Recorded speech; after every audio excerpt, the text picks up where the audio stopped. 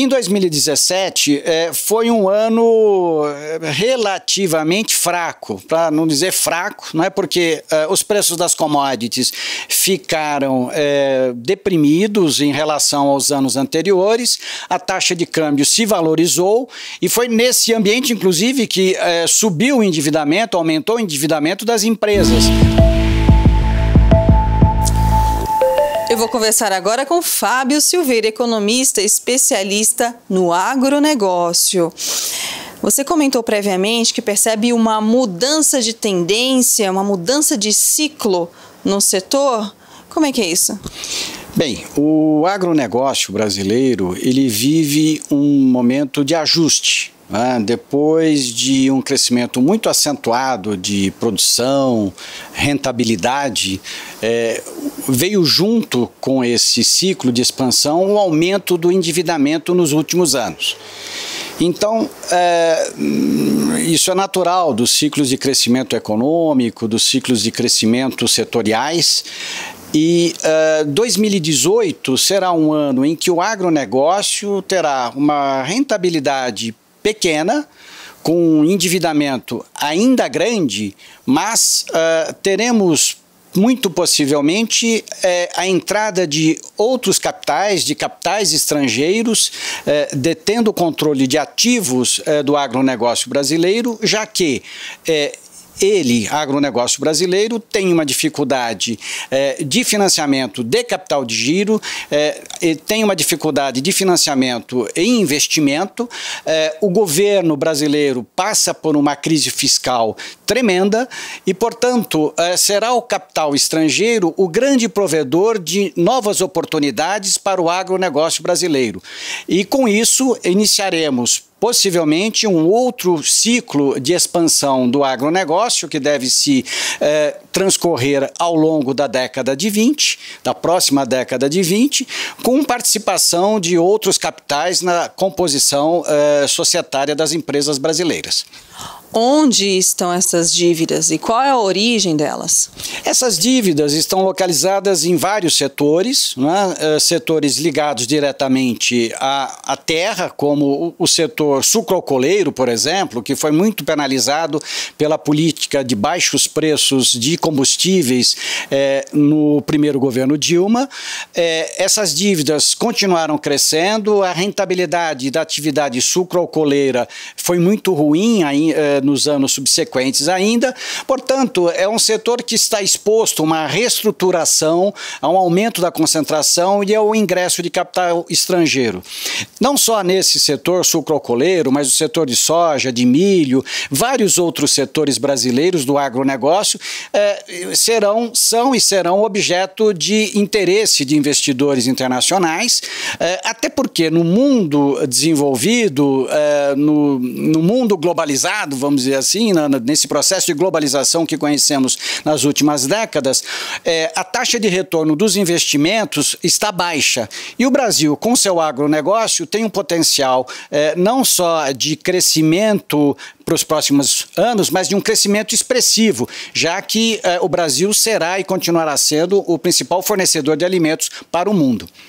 Quem são esses investidores estrangeiros? Existem investidores de diferentes origens, americanos, europeus, russos, árabes, chineses, estão todos por aí, né, procurando oportunidades no agronegócio brasileiro de norte a sul, de leste a oeste, em atividades ligadas à soja, ao milho, ao setor sucroalcooleiro, ao setor de café, enfim, fumo. Há várias oportunidades e também sucos, outras atividades que podem ser globalizadas. A produção de suco pode ser globalizada e é um alimento muito ligado ao mundo da saúde. Portanto, temos uma nova etapa se iniciando no desenvolvimento da economia brasileira neste momento. É consequência do excesso de liquidez no mundo, talvez falta de outras oportunidades de investimentos fora do Brasil? Exato. Mesmo nos Estados Unidos, com essa recuperação que houve da economia, é uma recuperação lenta ainda. A recuperação da economia europeia também. Né? Temos um crescimento forte na Ásia, é verdade, mas para demanda, para a produção de bens de consumo. No caso de alimentos, o Brasil se coloca como o principal provedor de alimentos da próxima década. Portanto, nada mais evidente, nada mais razoável que investidores olhem para o Brasil com uma intenção de investir nos seus ativos, aumentar a sua produtividade e acelerar as exportações de alimentos para o mundo. Qual o balanço que você faz da nossa produção de commodities em 2017? Em 2017, foi um ano relativamente fraco, para não dizer fraco, não é porque os preços das commodities ficaram deprimidos em relação aos anos anteriores, a taxa de câmbio se valorizou e foi nesse ambiente, inclusive, que subiu o endividamento, aumentou o endividamento das empresas. Não é? Sem falar que o agronegócio foi prejudicado pela própria crise brasileira e por problemas de gestão. A gestão de empresas brasileiras não é das melhores. Portanto, esse conjunto de fatores fragilizou o agronegócio, aumentou o seu endividamento.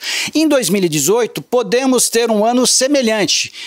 Não há muita expectativa de que os preços melhorem por causa do ambiente internacional, alta de juros nos Estados Unidos, não há novidades do ponto de vista de crescimento, não há uma nova China aparecendo, portanto será um ano de crescimento lento ou até de recuo de receita e queda de lucro no agronegócio e, consequentemente, aumento do endividamento.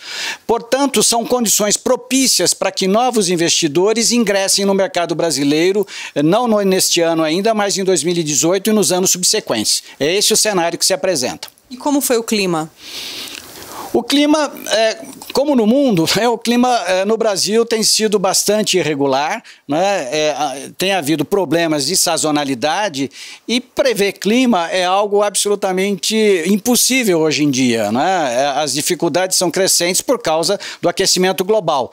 Portanto, além de problemas relacionados com mercados, né? Crescimento modesto, fundamentos relativamente ruins para 2018, temos o risco clima ainda pairando sobre o agronegócio brasileiro. Isso no curto prazo, mas no médio e longo prazo não há dúvida que o agronegócio brasileiro se consolidará como o mais favorável, o mais positivo para a alimentação global.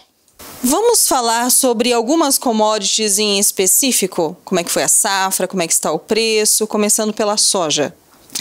Bem, soja e milho serão culturas que provavelmente terão queda de produção e preços relativamente deprimidos por causa da rentabilidade muito ruim, né, podemos dizer assim, em 2017.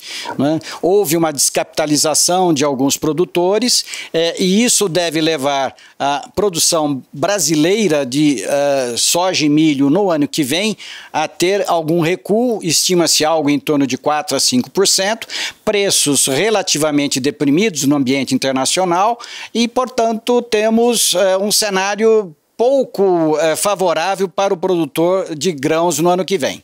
Café.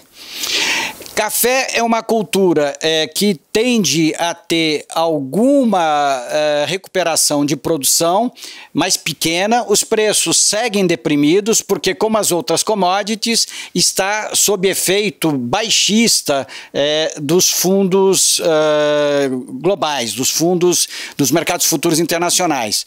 Então, é outra cultura que não terá um ano de 2018 brilhante. Não será brilhante o ano de 2018 para o produtor de café. Sucro-alcooleiro. O setor sucro-alcooleiro é um setor que, como mencionamos anteriormente, né, submetido a um elevado grau de endividamento, procurando reestruturar a dívida, Preços também não deve ter uma recomposição significativa por causa do preço do açúcar bastante deprimido no mercado internacional e o preço do etanol também sofrendo os efeitos no mercado doméstico da crise brasileira. Portanto, o setor sucroalcooleiro é um dos que será mais submetido a um processo de concentração, a saída de participantes do seu mercado. É um setor em ajuste, em processo de ajuste atualmente. Carnes? Carnes é o outro setor que passa por um processo de reestruturação em função dos problemas havidos com as exportações neste ano, envolvendo operações policiais, enfim, os escândalos. Eu acho que vai ser bom, vai ser um ano que 2018 para o setor, ele poderá se reestruturar, ficar mais transparente e buscar novos mercados que vão se abrir em função da competitividade que o setor tem já há bastante tempo. É um setor que vai se salvar, que vai voltar a crescer rapidamente. Tendência para estoques de produtos agrícolas aqui no Brasil? A tendência é que os estoques ainda fiquem relativamente baixos, né? O Brasil nunca teve uma preocupação em formar estoques porque os juros sempre foram elevados. Juro elevado significa custo e, portanto, nem governo nem empresa se interessavam na formação de estoques.